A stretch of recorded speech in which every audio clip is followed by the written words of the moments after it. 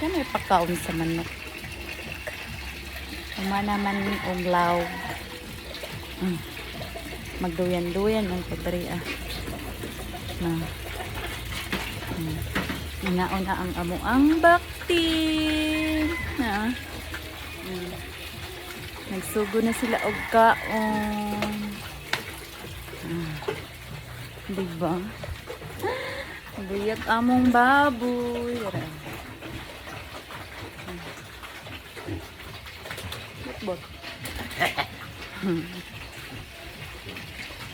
Yun nga. Naasad ni baboy. Ano yung mga anak. Kano siya. Kano. Nanganak ko siya sa katapusan. Ay, mga July na to. Mga July na to siya. Dayon kani. Last.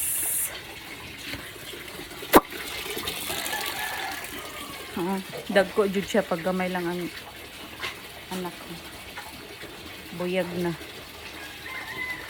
Ay, may kana sa pamanimo mahal ni ang mga baboy, no? No, kanami baboy, oh. Ang baboy aslo nun. Ang tag mo mahal na.